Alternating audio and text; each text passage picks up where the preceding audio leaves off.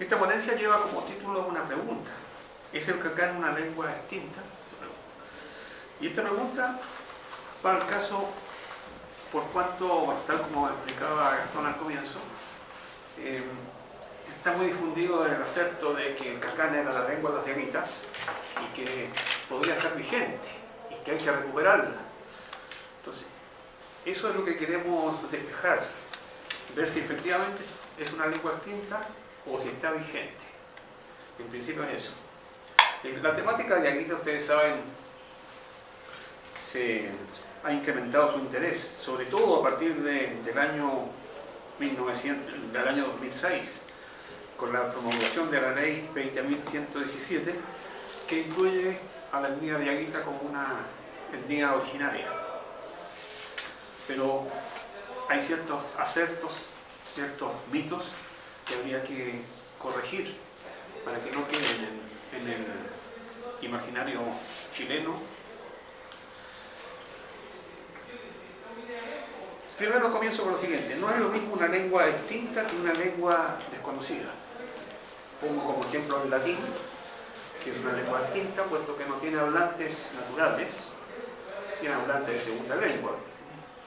Puede ser también una lengua eclesiástica, la lengua del Vaticano, los sacerdotes, pero como lengua, como primera lengua, como lengua materna no existe, es decir, no se utiliza. Por lo tanto, es una lengua, en ese caso, extinta, pero no es desconocida, es una lengua conocida, puesto que tenemos documentos, cientos de libros, hubo hablantes, todavía hay hablantes, aunque sea en segunda lengua, tiene su gramática, tiene su léxico, tiene su fonema, su sonido.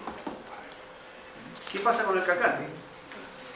Del cacán se desconocen sus sonidos, cuáles son sus fonemas. Se desconoce gran parte del vocabulario, casi todo el vocabulario, y se desconoce su gramática. Como lingüista, quisiera explicar un poco más esto de qué es lo que hace que una lengua sea lengua. Para que una lengua realmente se constituya como lengua, tiene que constar de tres formantes, estamentos, que son el estamento fonético, o sea, los sonidos, el estamento léxico, las palabras, el vocabulario, y el estamento gramatical, la morfología y la sintaxis, es decir, la manera de formar oraciones. Ahora bien, no tenemos gramática del cacán, la desconocemos, por lo tanto no hay gramática, no hay morfología, no hay sintaxis. De los sonidos se conocen muy poco los sonidos. Ya voy a citar a Nardi, quien justamente nos dice que ha recuperado algunos sonidos, pero que no le dan una seguridad absoluta. Piensen ustedes que en ese tiempo no había grabadora, entonces ¿cómo se transmiten los sonidos? Tenía que ser de manera oral, y si los hablantes también se han extinguido, o sea, ya no se habla, entonces no tenemos una reproducción fidedigna de los sonidos. Es decir, el cacán prácticamente se desconocen los fonemas, aunque se han recuperado los pocos. Y del vocabulario lo que nos quedan son palabras referidas a los lugares, o sea, topónimos, y algunos nombres de personas, los antropónimos. Y claro, hay más palabras todavía. Hay palabras de uso común, pueden ser, por ejemplo, agua, árbol, casa, unas pocas palabras más de uso común, que es lo único que perdura. Es decir, el cacán es una lengua extinta, desconocida, pero de la cual quedan algunos relictos, podríamos decir, como decía Gastón, queda algo, que son esas palabritas, algunos topónimos, algunos nombres de personas y otras palabritas de uso común.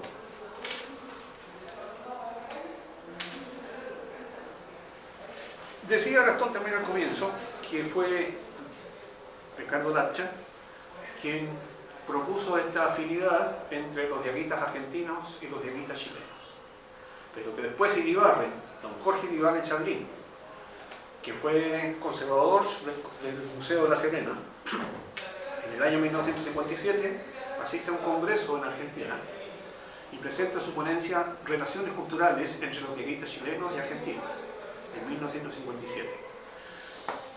Y en este trabajo, Iribarren pone en duda y restringe bastante los acertos de Lapchan, los acertos tanto históricos como geográficos, lingüísticos y botánicos. Ricardo Lapchan había publicado sus textos en 1926 y en 1987. En esos textos profundiza un poco acerca de los diaguitas chilenos, pero Iribarren, que no era lingüista, tuvo muy buen olfato lingüístico y trabajó con una metodología bastante adecuada para desvirtuar algunos alcances de las hipótesis de Lapchan. Lapchan, para sustentar su tesis de que los diaguitas chilenos eran originarios o vinculados con los diaguitas argentinos, acude a 4 tipos de argumentaciones. Argumentaciones históricas, geográficas, botánicas y lingüísticas. Iribarren responde o contradice cada una de ellas, las limita cada una, tanto la histórica como la geográfica, la botánica y la lingüística. Yo como lingüista me voy a remitir solamente a la parte propiamente tal, o sea, lingüística, que tiene que ver con los topónimos y con los antropónimos. Bueno, pero primero se basa en Lapchan. Lapchan presenta un listado de 16 topónimos que él considera como diaguitas. Y en su análisis, Iribarren se los reduce más o menos a unos 3. Los reduce más o menos a unos 3 nombres diaguitas. Los 13 restantes no serían diaguitas.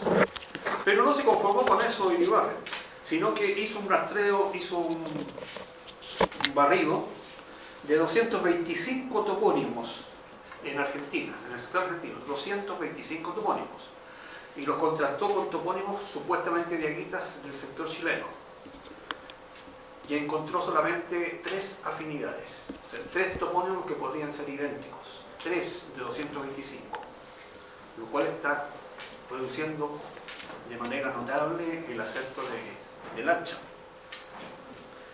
Más todavía, de esos topónimos que reduce a 3, yo personalmente lo reduzco a uno solo, porque estos topónimos son Guayaquil, Choapa y Uchumí, o Uchumí, con N final o sin N final. Puesto que Choapa es Kunza, como habíamos dicho, y Guayaquil es Quechua. Por lo tanto, quedaba solamente como firme Uchumí. De 225 nombres topónimos argentinos, solamente había coincidencia con uno solo en Chile. Existen escasas analogías definitivas en cuanto a la coincidencia de nombres diaguitas del sector chileno con diaguitas del sector argentino.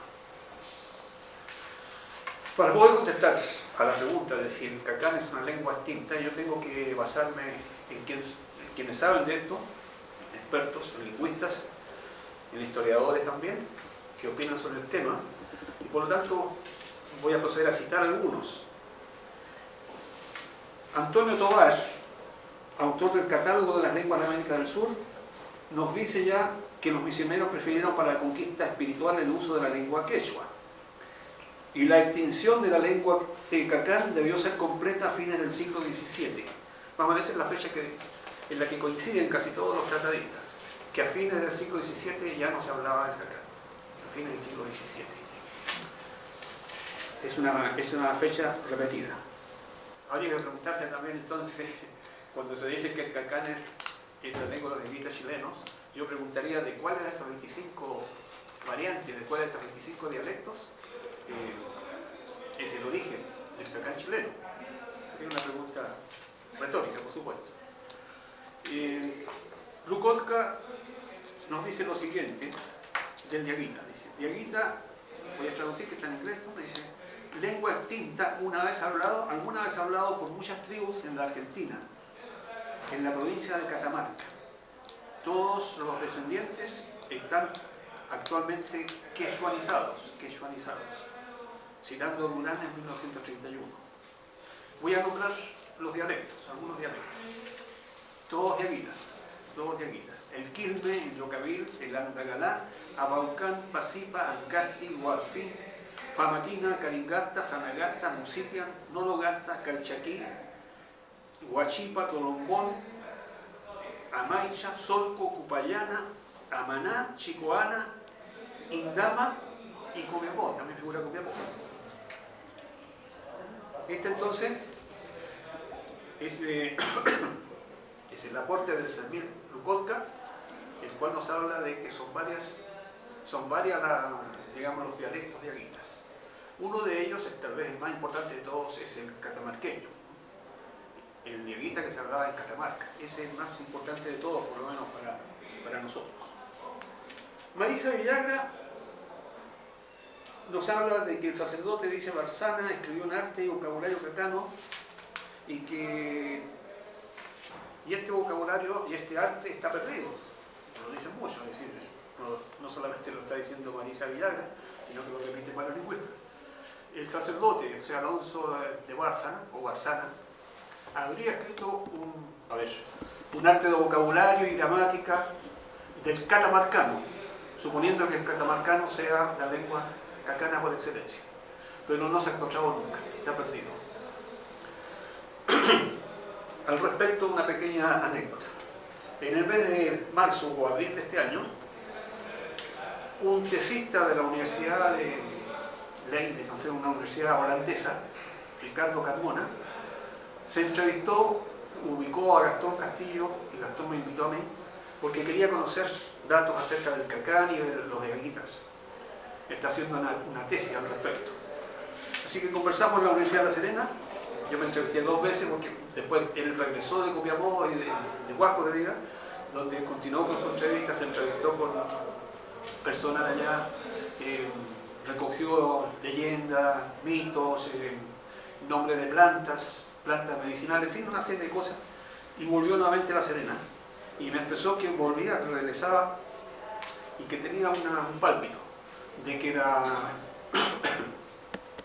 gramática del padre Barzana podría encontrarse y que él la iba a buscar en los archivos de Sevilla o archivos de los jesuitas en la ciudad de Roma, tanto en la biblioteca del Vaticano como en la biblioteca de los jesuitas. Pero que a él le había llamado la atención que al leer una carta del padre Barzana, una carta que figuraba en los archivos de los jesuitas de Roma, decía que este padre solicitaba ayuda porque él se encontraba ya viejo, tenía 65 años, pero se encontraba viejo y cansado y necesitaba un ayudante. Y entonces los jesuitas le enviaron al padre Añasco, Pedro de Añasco. Y él sospecha que Pedro de Añasco tendría la gramática escrita por el padre Barzana. Y por lo tanto, los que buscaban la gramática bajo el nombre de Barzana no la van a encontrar bajo el nombre de Barzana, pero podría encontrarse bajo el nombre de Pedro de Añasco. Y eso es lo que está haciendo actualmente. Yo tengo la dirección de Ricardo Carmona. Le voy a preguntar en uno de estos días cómo le ha ido con su búsqueda, con su investigación, tanto a los archivos de Sevilla como de los jesuitas y del Vaticano. Cierro el paréntesis con respecto a lo que se considera la gramática del catamarcano, que como está perdida, bueno, no se puede hacer nada con el cacán, no se puede reconstruir.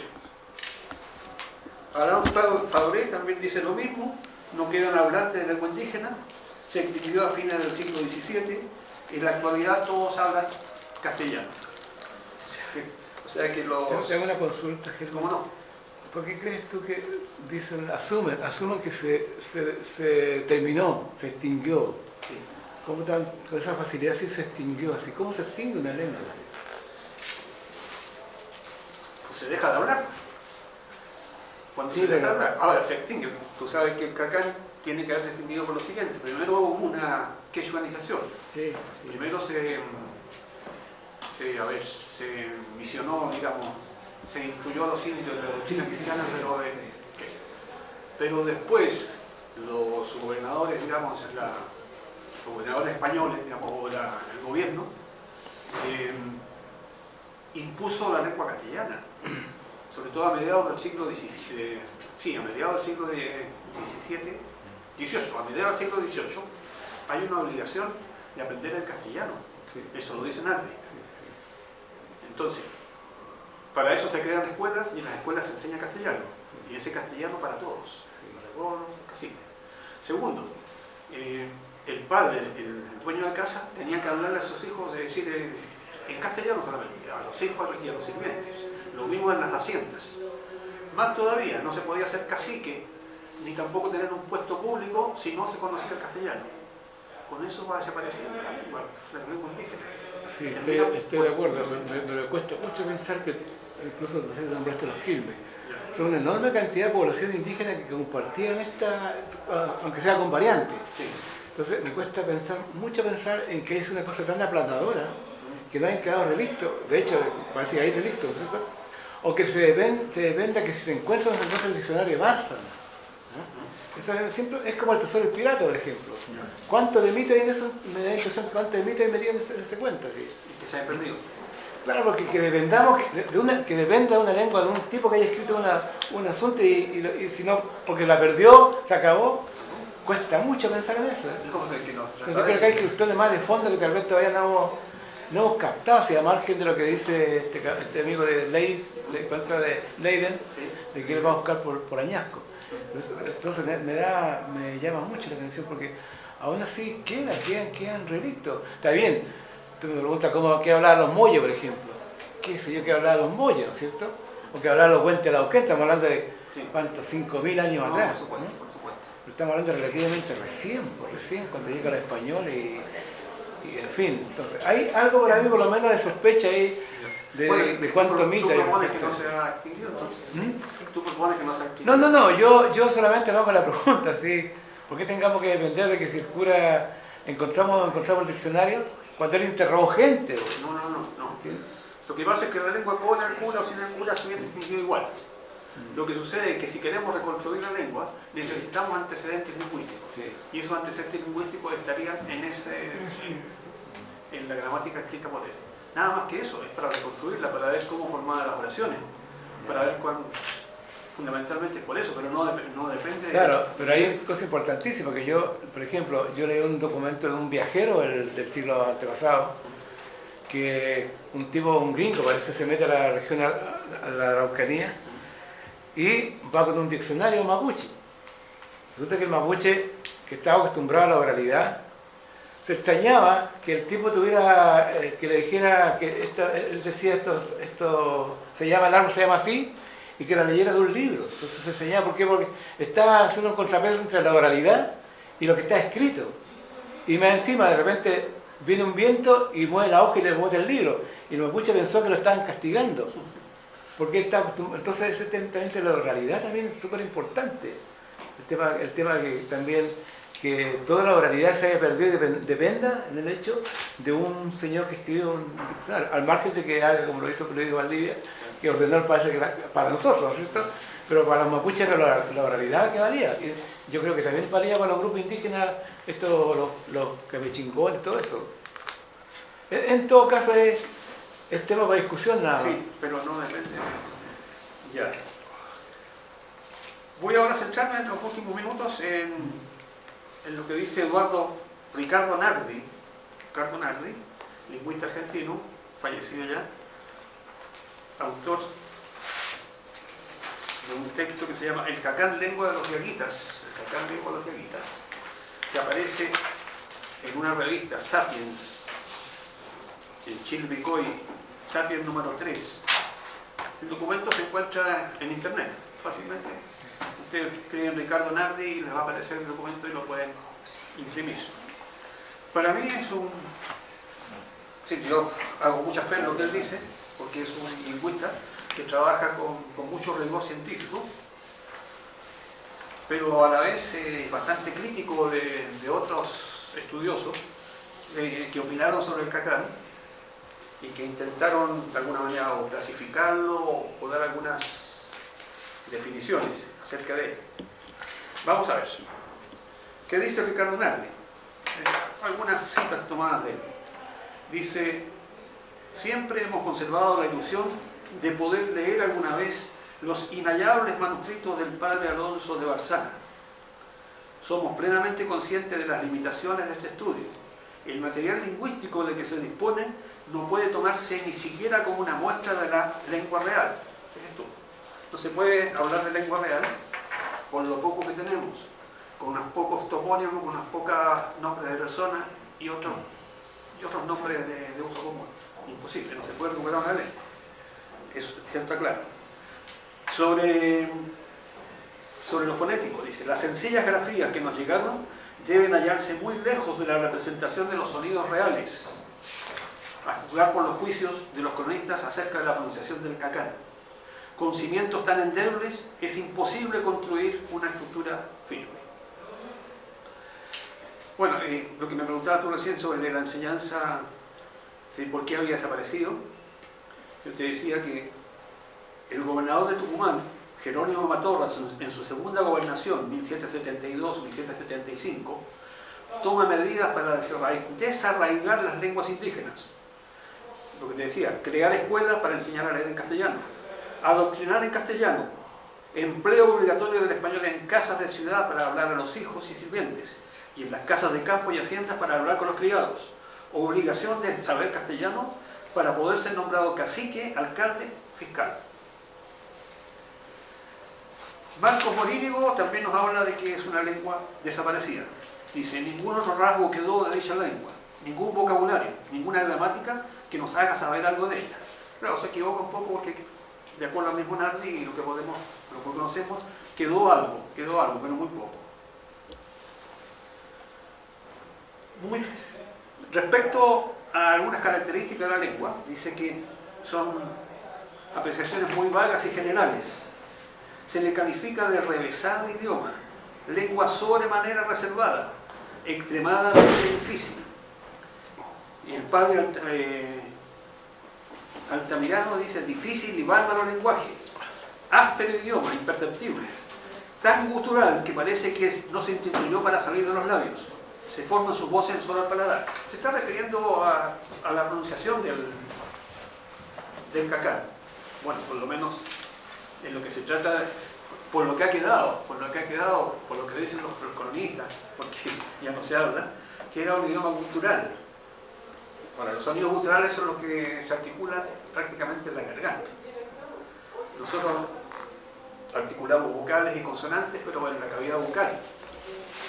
Hay sonidos glottales y guturales que se articulan, pues digo yo, se articulan mucho más al fondo de la cavidad bucal y por lo tanto son extraños para nosotros y muy difíciles.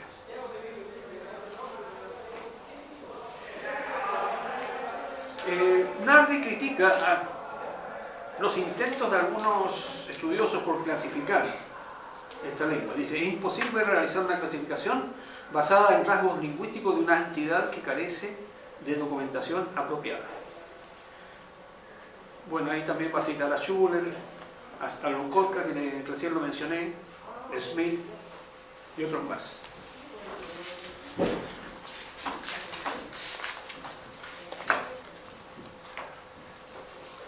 Critica a algunos improvisados lingüistas, que le llama él. Dice, el prestigioso padre Pablo Cabrera, en diversas obras publicadas en un lapso de más de 20 años, fue otro campeón de la falta de respeto por la morfología y la sintaxis indígena. Los trata de campeón de falta de respeto. A otros los trata de campeones del desconocimiento metodológico. Otros dice que son ilustres aficionados a las lenguas indígenas. Otros son improvisados lingüistas. Ignorancia enciclopédica.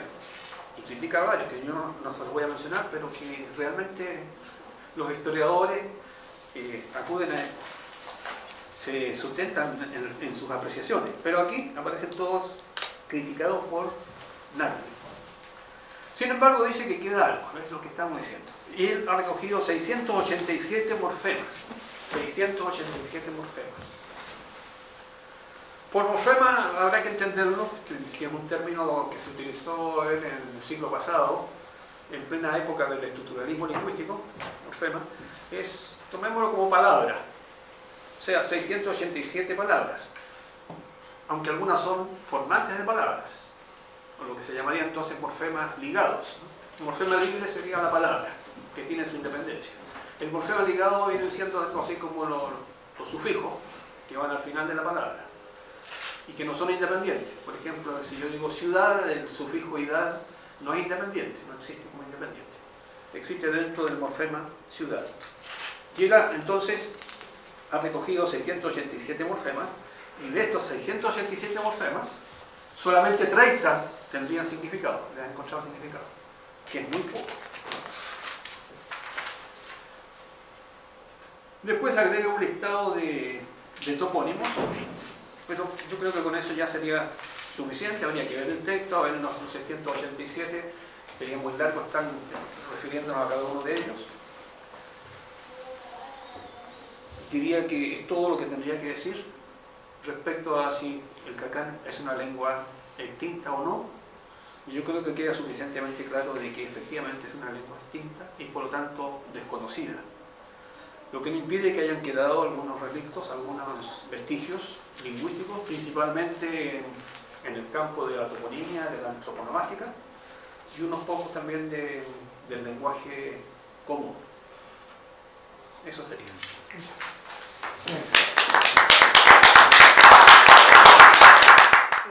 Nacha, cuando plantea que es de guita argentina y de guita chileno, ¿Sí?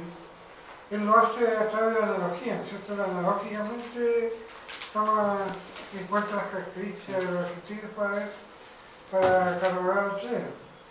Bueno, ahora, lo de guita, ahora, el topónimo, por ejemplo, el topónimo de Aguita que hay en Valle del Elqui, es un topónimo prehispánico o poshispánico o posterior, en el pueblo de Aguita. Es el lugar que se llama de Aguita. Sí. No, a mí me parece, y es opinión mía, que es poshispánico. Sí, porque en principio todos los documentos hablan de naturales o indios, nada más. No identifican. Es decir, el documento más temprano es de la Sócrates, de la Romance Mérito, cuando dice que los viejitos ayudaron a los mapuches a destruir Santiago. Pero también es una cosa genérica, está indicando como que era independiente. Claro. Y ya estaban sometidos absolutamente. Ya no había ningún dejo de libertad en ese momento. Así es. Sí es cierto que quemaron La Serena, pero para dar la idea como que era tener un ejército grande, como para ir a Santiago a combatir, puede ser los indígenas que le llamaron genéricamente de Guita, algunos parcialidades del Choá, por ejemplo, más cerca tal vez, o algunos grupitos y nada más. Pero claro, como está en boca ese asunto de Guita y no se sabía cómo se llamaba, me da la impresión que se puso así, pero es posterior. Ahora, puede ser también un mitimayo. Todo eso está en discusión, pero no es la pasada del arqueológico a lo histórico. No. Ahora, respecto a la consulta centro, yo creo que Lartras trabajó de la siguiente manera. Él hace un listado de 16 topónimos de Coquimbo, o de Coquimbo y Atacama, ¿no? Así. Y los compara trata de ver si estos 16 topónimos se encuentran también en Argentina. A él le pareció que sí, Y efectivamente puede que hayan estado allá, pero Iribarren se lo desvirtuó y se lo redujo solamente a 3. Sí, lo que pasa es que no se quiere entender que los tiempos han cambiado. O sea, agarran a Lachan como si tuviera a Lachan vivo ahora.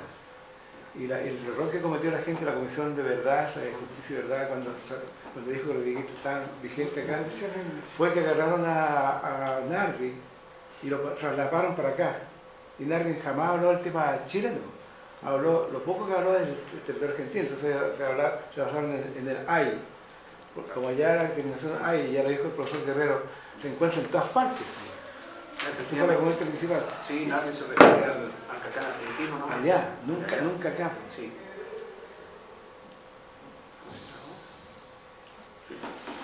Bien, Gracias. con esto estamos terminando.